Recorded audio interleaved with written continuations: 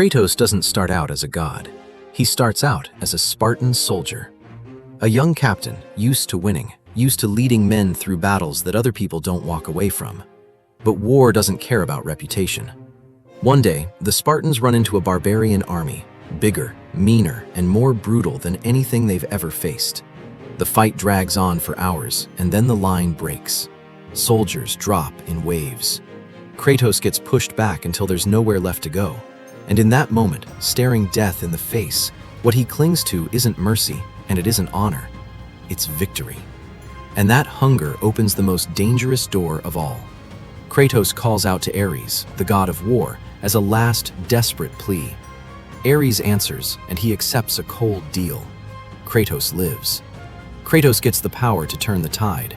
In return, he gives up his loyalty, and he hands over his fate. The moment the pact is sealed, Kratos is given the Blades of Chaos, weapons forged in the realm of the dead. Chains are bound into his flesh like a mark that can't be scrubbed off. From that second on, Kratos isn't just a warrior anymore. He's a tool of war. That new power turns Kratos into a storm. He drives his army across Greece like a blade through cloth. Every fortress that falls is another step deeper into Ares' service. Every victory feeds the appetite. Kratos doesn't just beat his enemies, he crushes them. He gets used to screams and burning fire until it starts to feel like the normal order of things. Then, on one campaign, Kratos and his men march into a village that worships Athena, the goddess of wisdom and strategy. To Kratos in that moment, their faith means nothing. He slaughters, he burns homes, he turns refuge into ash. And when the frenzy finally fades, he sees the truth at his feet. The last two victims aren't enemies, they're his wife and his child. The silence that follows is heavier than anything he's ever heard on a battlefield. There had been a warning, but it's too late now. The village oracle doesn't kill Kratos. She chooses a punishment that lasts longer than death. The ashes of his wife and daughter are bound to his skin. His flesh changes, paling into the color of cinders.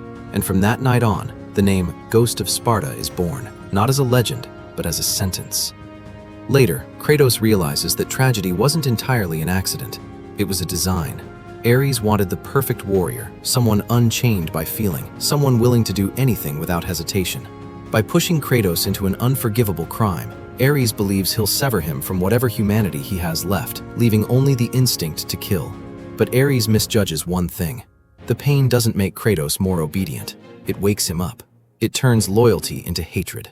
From the moment he sees the ashes on his own skin, Kratos no longer serves Ares out of belief. He serves on momentum, while another decision quietly takes shape underneath it all. He's going to end the invisible chain that's tied his life to the god of war. He's going to pay that debt the only way a warrior like him knows how. Revenge. Not for glory, not for power, because he can't keep living with that guilt behind him, and Ares still standing in front of him. Part 1 ends here, right at the spark that ignites everything. A pact signed in desperation, and a man turned into a legend through suffering. 6 months after the tragedy, Kratos no longer has any illusion that he can leave Ares behind with a single decision. He breaks the blood oath, the blood vow that bound him to the god of war, and he thinks that's the end of it. But for the gods, an oath is law, and law always has an enforcer. Ares doesn't need to show his face. He sends the three Furies to punish the Oathbreaker. They don't kill Kratos right away, because death is too fast and too merciful. They want him alive in captivity, so fear can do the rest. Kratos is dragged into the prison of the damned, a living prison where there's no clear day or night, and no solid line between what's real and what's not. Here, the Furies use illusions like a blade. They rebuild the image of his wife and child. They rebuild a home. They rebuild a life that looks like it can be fixed, and then they twist it into ash and guilt. The goal is simple: break Kratos, force him back into Ares' service, not through loyalty, but through desperation. In the middle of that torment, an ally appears from the last place anyone would expect. Orcos, the son of Ares and the queen of the Furies, chooses Kratos' side. Orcos understands Kratos was used, set up to slaughter his own family, and that the perfection Ares wanted to create was nothing more than a numb weapon. Orcos points Kratos toward the Oracle Aletheia, the one who can tell him how to sever the bond. Aletheia doesn't promise salvation. She gives him a condition, dry and absolute, like a sentence. If Kratos wants to be free of the blood oath, he has to kill the Furies. No shortcut, no bargaining. Kratos returns to the prison and breaks its hold with the same thing that's kept him alive up to this point: raw endurance and an unshakable will. He faces the sisters one by one, pushes through the final waves of hallucinations, and takes them down. When the Furies fall, the door to freedom opens, but it doesn't lead to peace. It leads to the part of the price Kratos hasn't seen yet. Orcos delivers the last truth, and it's the one that hurts the most. To cut the pact completely, Kratos has to kill Orcos himself, because Orcos is the Oathkeeper, the one holding the key to the blood vow. Kratos does it in silence, like he's already learned that victory always comes stapled to loss. The moment the chain to Ares is truly severed, the consequences hit immediately. The nightmares of his wife and child, kept back by the pact before, now spill out without restraint, vivid and relentless. Kratos realizes he can't keep living by running, or by trying to drown memory with violence. He needs another way out, even if that way out is just a new bargain. From here, Kratos chooses to serve the gods of Olympus in search of a chance at redemption. Not because he believes they're good, but because there's no easier choice left if he wants to escape himself. Kratos starts this chapter like it's just another assignment. He's sent to Attica to stop the Persians. He fights the only way he knows how, fast, direct, no hesitation. The Persian army gets driven back, their king goes down, and even the massive basilisk falls. For Kratos, that should be the period at the end of the sentence, but right after the victory, the sky changes. The sun looks like it's ripped out of its path and yanked straight down, and the whole world drops into darkness. The light disappears so quickly that everything feels wrong, like someone reached up and switched off the natural order.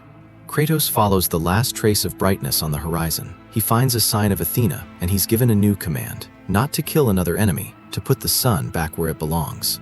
Athena lays out the cause. Morpheus has blanketed the world in a black fog, putting the gods into a deep sleep, and he wants to rule a world without Helios. If Kratos wants to break the darkness, he has to find Helios and bring him back to his place. The trail leads him to Eos, Helios' sister. Eos tells him Helios has been abducted by the Titan Atlas. Kratos frees the fire steeds that pull the sun's chariot, and he follows them down into the realm of the dead. The descent doesn't bring silence, it just makes Kratos' memories sharper. Down there, he hears a familiar flute melody, one that once belonged to his daughter, Calliope. It isn't comfort, it's a knife, because it reminds him that what he lost can't be taken back with strength. Kratos reaches the temple of Persephone, queen of the underworld. Persephone offers him a deal that sounds impossible to refuse. If Kratos gives up the weapons and powers granted by Olympus, he'll see Calliope again. He'll get to be a father again, if only for a moment. Kratos accepts. He pours all of his power into the Forsaken Tree and becomes an ordinary man. For a few brief seconds, the dream almost feels real, but it's a trap wrapped in the thing Kratos wants most. Persephone reveals her real intent. She's the one behind Atlas's release and Helios' kidnapping, not to test Kratos, but to take revenge on Olympus. Persephone wants to destroy the pillar of the world, the column that holds everything up, and in the world the gods abandoned her in. Kratos realizes that if she succeeds, no one is saved, Calliope included, and that forces him back into the violence he hates and still depends on. Kratos takes his power back, tears through the underworld like a hurricane, and confronts Persephone at the top of the pillar. The fight ends with a cold truth. To keep the world from collapsing, Atlas has to be chained to the pillar and forced to bear it forever. Persephone falls. Helios is freed. The sun returns to the sky. But Kratos doesn't get the reward he quietly hoped for. He loses his chance to reunite with his child again, this time because of a choice he makes with his own hands. And from here, he learns something else. Every time he saves the world, he loses another piece of what he has left. The hauntings don't fade, they just change shape, growing more stubborn. Like the darkness has been pushed back, but never truly erased. 10 years of serving Olympus doesn't lighten Kratos' load. It just stretches the suffering out. He moves from mission to mission like a laborer paying off a debt, but the debt inside his head never gets smaller. The nightmares of his wife and child still return every night, sharp, real, unavoidable, and no god can erase them. Kratos is exhausted. He wants an ending. When Athena calls him in, she offers a specific promise. If Kratos completes one final task, the gods will forgive him for the death of his family. And that task is exactly what Kratos has been waiting for: kill Ares. But killing a god isn't like killing a monster. Olympus has an absolute barrier in place.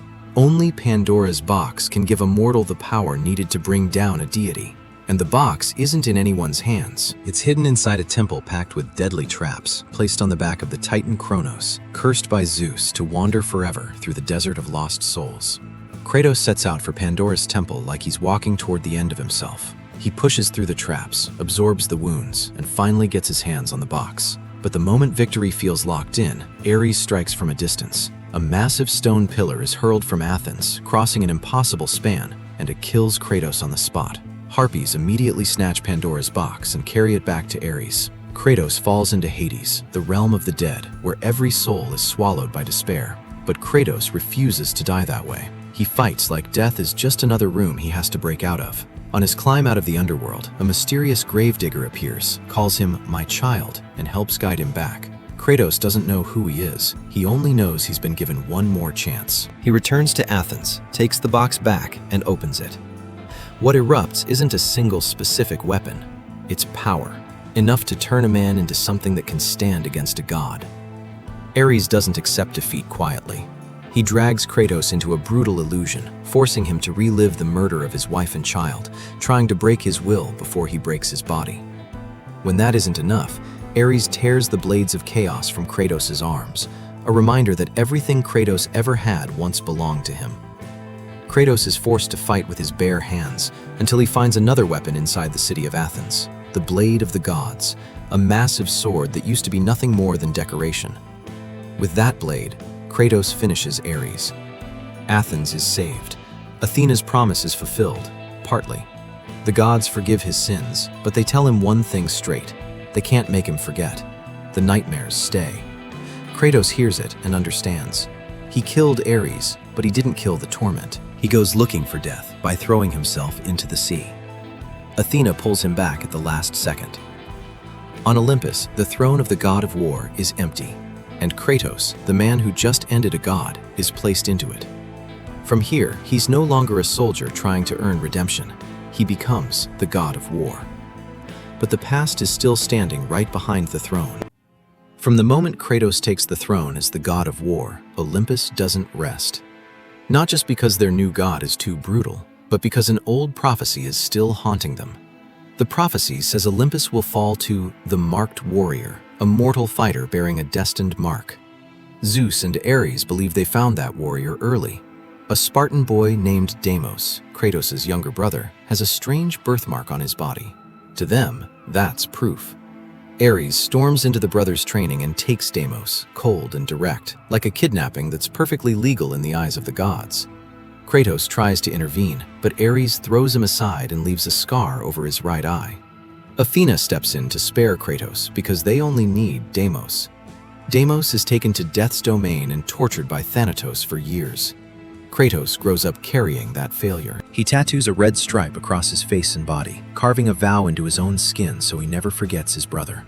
And even after he becomes the god of war, that memory doesn't disappear. It comes back like an order, pushing him to dig up the truth about his family, even as Athena warns him not to go looking. Kratos goes to Atlantis to find his mother, Callisto. There's no warmth in the reunion, only the truth, delivered too late. Callisto tells him Deimos is still alive, but imprisoned in Death's domain, and that Kratos can only reach him by returning to Ares' old trails in Sparta. Then, right after the confession, Callisto is transformed into a beast. Kratos doesn't get a choice. He's forced to kill his own mother just to escape. Atlantis isn't a place that can be saved either. As the journey continues, Kratos frees the Titan Thera, and that freedom comes with a price. A volcano erupts, floodwaters crash in, and Atlantis collapses, like proof that wherever Kratos goes, the world tends to pay for it. He returns to Sparta to cheering voices, to statues of Ares being torn down and replaced with his own. But Kratos isn't there for praise. He's there for a door into Death's domain. And when the path opens, he goes straight down into a place where death is ruled like a kingdom. The reunion, if it can even be called that, isn't gentle. Kratos finds Deimos and breaks him free, but Deimos isn't waiting for a hero. He's waiting for a brother who arrived too late. The rage hits the second the chains fall. The brothers fight before they can ever embrace, like violence is the only language they have left. Then Thanatos appears and drags Deimos away again. Kratos gives chase, and in the final clash, Deimos and Kratos stand on the same side. But the tragedy repeats anyway. Thanatos kills Deimos right in front of Kratos. Kratos kills Thanatos in a burst of fury, then carries his brother's body out to bury him.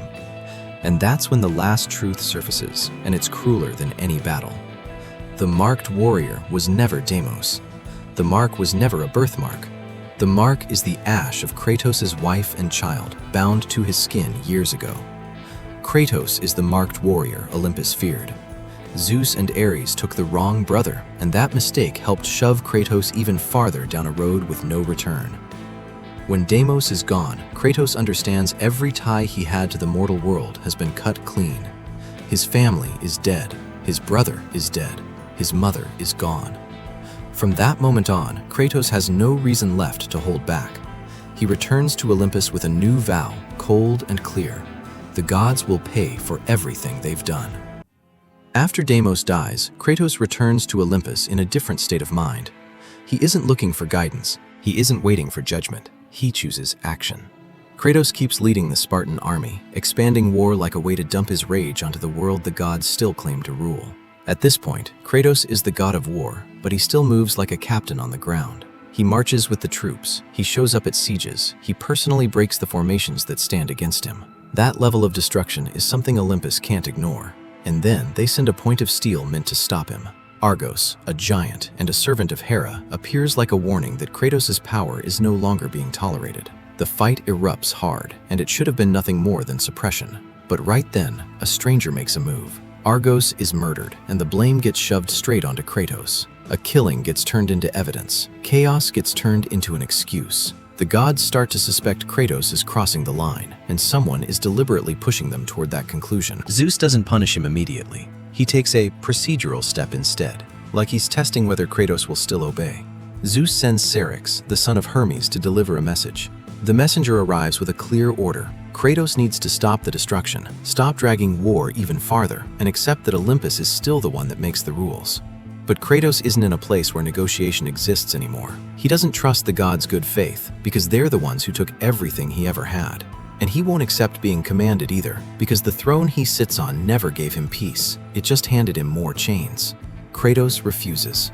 The refusal turns into conflict fast. Syrinx isn't just a courier, he's a symbol of Olympus's authority, and Kratos striking the messenger is the same as striking the order Zeus represents. In the end, Syrinx dies by Kratos' hand. And that moment, over in a heartbeat, changes how Olympus sees him. Before this, the gods could hesitate. They could argue that Kratos was just a reckless young god. Now they have a clean reason, proof they can't ignore. Kratos killed Zeus's messenger. From here on out, dealing with Kratos isn't a choice, it becomes a necessity. Kratos takes war to Rhodes like a declaration that the throne of the god of war doesn't mean obedience. He leads the Spartan army in relentless assaults, like he wants all of Greece to hear his anger. The gods watch, and they grow more and more disturbed. In the middle of the Battle of Rhodes, an eagle appears in the sky. Kratos assumes it's a sign from Athena, a reminder that Olympus still wants to control him with advice. But the eagle doesn't just pass overhead. It strips Kratos of his godly stature, rips away the scale and authority that makes him a god on the battlefield, and pours it into the Colossus of Rhodes. The massive statue awakens like a war machine and turns to crush the very city Kratos is trying to conquer.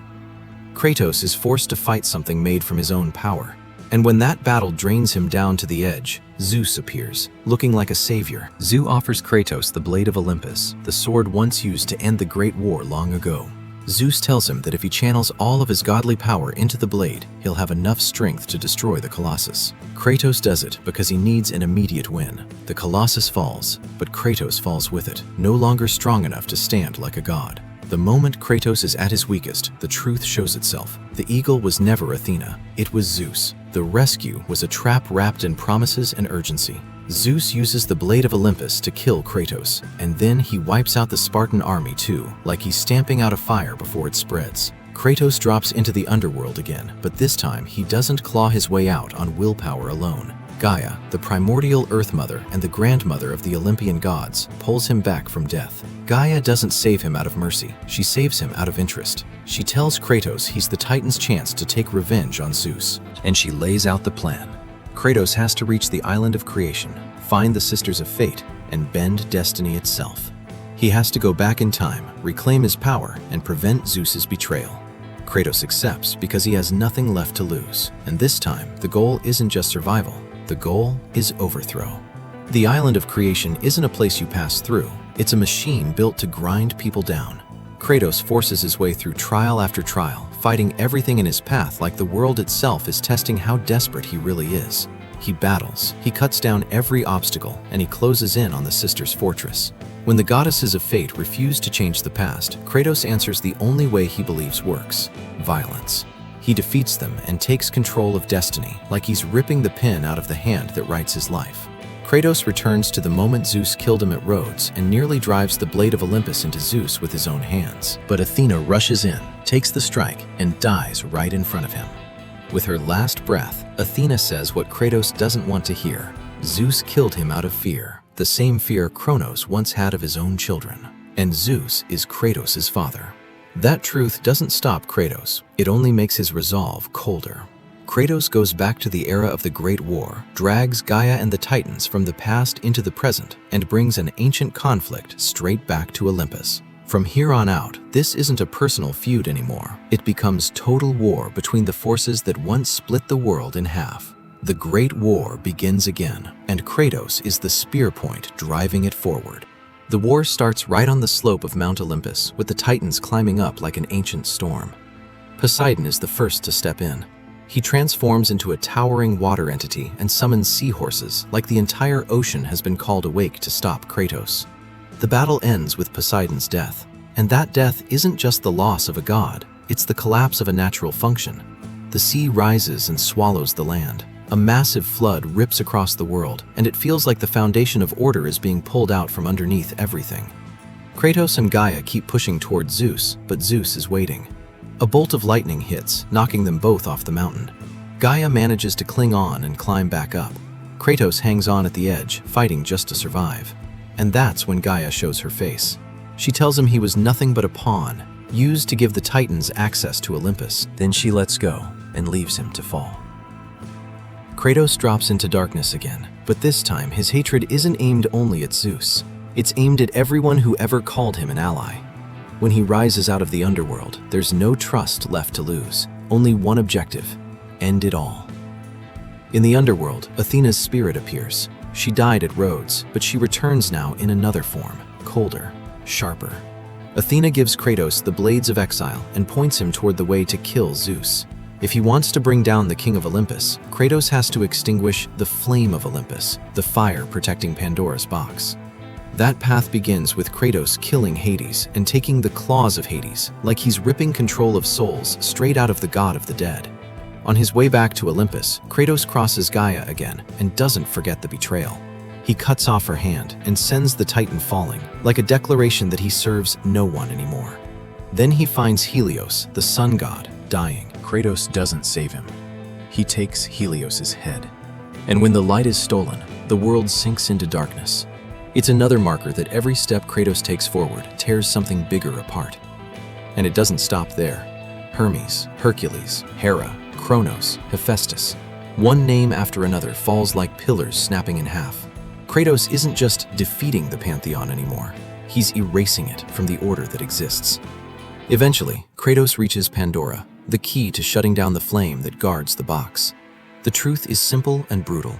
For the flame of Olympus to die, Pandora has to sacrifice herself. Kratos tries to stop it, because in Pandora, he sees the shadow of the child he lost. But he can't hold on to her. Pandora runs into the fire. The flame goes out. Pandora's box opens for the second time, and what Kratos sees is emptiness, a hollow that makes every sacrifice before it feel meaningless in an instant. Zeus mocks him and retreats to recover. Kratos pursues, and the final battle gets dragged inside Gaia's body, where everything becomes a sealed battlefield. No sky, no way out. Kratos drives Zeus into Gaia's heart, killing the king of Olympus and the mother of the Titans in the same finishing blow. But Zeus still doesn't stop. His spirit separates and attacks Kratos with guilt and shame, using memory itself as a weapon. Kratos is pulled into a mental journey where he's forced to face the past instead of cutting it down. And there, he learns what violence never taught him: forgiveness for himself. After the chaos, Athena reveals the last truth. Pandora's box never held a physical weapon. What was inside was hope, the power that lets mortals overcome any obstacle. When Kratos opened the box the first time to kill Ares, hope was released, but it was buried deep under his guilt and hatred. Now, after he faces it and pushes through, hope finally rises to the surface. Athena wants Kratos to hand hope over to her so she can build a new world. Kratos refuses. He no longer believes the gods know how to save anyone. He chooses something else. He impales himself on the blade of Olympus to release hope directly to humanity, without it passing through any divine hands. Athena leaves in disappointment. Kratos collapses in a world with no sun, no order, and nothing left but consequence. But in the final shot, a trail of blood leads away from where he fell. It says the story isn't over. Kratos is still alive, in a world he's forced to begin again from the ruins. Years after Olympus falls, Kratos shows up in a different world, Midgard, the frozen lands of the north, far from anything he ever knew. He lives in hiding with his son Atreus and his second wife, Faye. Here, Kratos tries to build a quiet life. He chops wood, he hunts, he stays away from gods and war. But the peace doesn't last. Faye dies, leaving one final request. Her ashes must be scattered at the highest peak of the 9 realms. Kratos agrees, not just as a duty, but as a test, because that journey forces him out of hiding. And on the day of the funeral, a stranger arrives at their door. He doesn't need a name. He wants a fight. It's Baldur. He taunts Kratos like he knows exactly who he is and exactly what he's trying to bury. Kratos tries to avoid it, but he's forced to show his strength. He beats Baldur and thinks it's over. But Baldur doesn't die. He doesn't feel pain, and he comes back like a new kind of haunting, reminding Kratos that you can change worlds, but you can't change the nature of the hunt. On the road to the highest peak, Kratos and Atreus meet the figures who shaped the journey. Brock and Sindri, the dwarven Smith brothers, provide weapons and open paths between realms. Freya, a mysterious woman in the woods, heals them and guides them, while Kratos stays suspicious of anyone who carries the scent of godhood. And the world serpent, a colossal snake coiled in the lake, is proof that Midgard has ancient forces that can stand beside anything Greece ever had. Kratos eventually realizes the true destination isn't a mountain in Midgard at all. The highest peak of the 9 realms is in Jotunheim, the homeland of the giants. But the way there is sealed. To reopen it, they need Mimir, someone who knows the secrets of the realms. Mimir is imprisoned by Odin inside a tree, trapped like a living prisoner. Kratos chooses the fastest, most brutal solution. He cuts off Mimir's head, then brings it to Freya to be revived. From that point on, Mimir becomes the advisor they carry with them, wisdom on a leash, and a reminder that this journey will never be clean. Just when it feels like they're finally moving forward, Atreus collapses. The cause isn't a wound or poison, it's his true nature tearing against itself inside his body. To save his son, Kratos is forced to go to Helheim, the Norse realm of the dead, to find what can cure him. Down there, he's haunted by old visions, like the ghosts of Greece followed him into this new world. Kratos returns with what he needs and saves Atreus, but the truth can't stay hidden anymore. He says it plainly. Atreus is a god, not a blessing. To Kratos, it's a curse because he knows what power always costs. But for Atreus, the truth hits differently at first. It feeds arrogance. He starts acting like rules don't apply to him. In one encounter, Atreus kills Modi, Thor's son, with the attitude of someone who believes gods are allowed. Kratos drags him back to reality, reminding him that every death has consequences, especially the death of a god. The final clash with Baldur closes the loop. Freya steps in and reveals the truth. She's Baldur's mother. Freya once cast a spell to make her son immortal, unable to be harmed, and that protection turns Baldur into her enemy because he hates being unable to feel anything at all.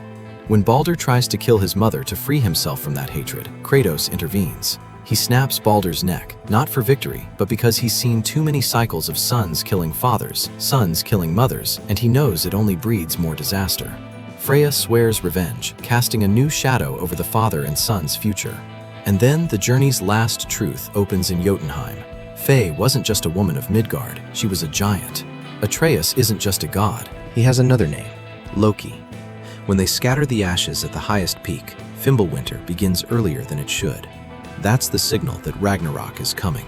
And Kratos realizes that even though he left Greece behind, war still found its way to him, just under a different name. 3 years after Fimbulwinter, Midgard has no room left for peace. Freya hunts Kratos like an unpaid blood debt. At home, Atreus is hit with another loss when Fenrir dies. The grief makes the power inside him surge in a way he can't control, and he turns into a bear. Kratos realizes his son is growing up surrounded by things no child is supposed to carry. But before he can keep Atreus close, Odin and Thor arrive. They bring a peace offer that sounds almost reasonable. Kratos stays home, Atreus stops searching for Tyr, and everything gets swept under the rug. Kratos refuses because he's learned too many times that a god's invitation is usually a trap. Thor attacks immediately. He kills Kratos in their first fight, then brings him back, part humiliation, part reminder that this war can last as long as they want it to. Kratos escapes, but the cost is obvious. Ragnarok is closing in, and they don't get to sit it out. Kratos, Atreus, and Mimir go looking for Tyr, the Norse god of war, believed dead, but maybe still alive. When they find him, Tyr is exhausted and refuses violence, like a shadow of the title he once carried. Even so, the journey cracks open a key prophecy. Ragnarok doesn't have to mean the end of every realm. It can mean the fall of Asgard. And Loki, Atreus, could be the champion meant to unite the realms against Odin. Somewhere else, Atreus meets Angerboda in Jotunheim. She shows him a vision where Kratos dies during Ragnarok. Atreus keeps it to himself because he believes saying it out loud will make it real. Meanwhile, Freya shifts from enemy to ally because the bigger target is Odin and the curses he's woven into everyone's lives. Kratos shares a lesson with Freya that he paid for with an entire world. Revenge doesn't set you free, it just builds more ruins. But even if they want to avoid war, war still comes for Heimdall, Asgard's watchman with foresight, declares he'll kill Atreus to prevent Ragnarok. To protect his son, Kratos is forced to forge a weapon that can beat prophecy, the Draupnir spear.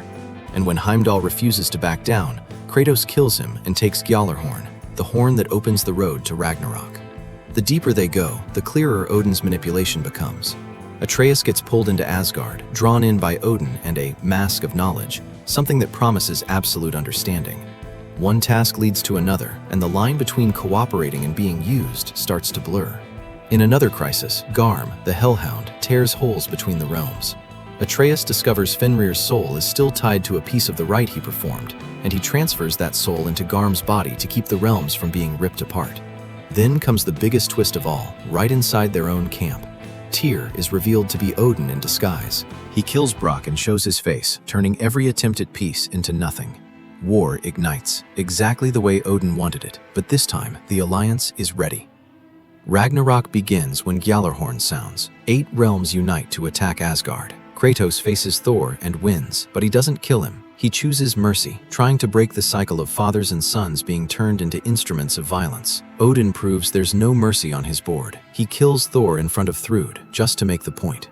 Ragnarok doesn't end in a clean victory. Odin is defeated, his soul is trapped inside a stone, and Sindri smashes it to avenge Brock. Atreus breaks the mask and rejects the path Odin tried to build for him. Asgard collapses. Freyr sacrifices himself to get everyone out before the destruction swallows them. And when the dust settles, Atreus decides to leave to search for the remaining giants because he understands his responsibility is bigger than a small home in Midgard. Kratos lets him go in a farewell that's heavy but clear, because for the first time, he accepts that Atreus has to walk his own path. And at the end, Kratos finds a new mural. Not the image of his death from the old prophecy, but the image of him becoming a peaceful, beloved god, rebuilding the realms alongside Freya and Mimir. For Kratos, it isn't a reward, it's a chance. The one chance to do what violence never could, rebuild what he once destroyed.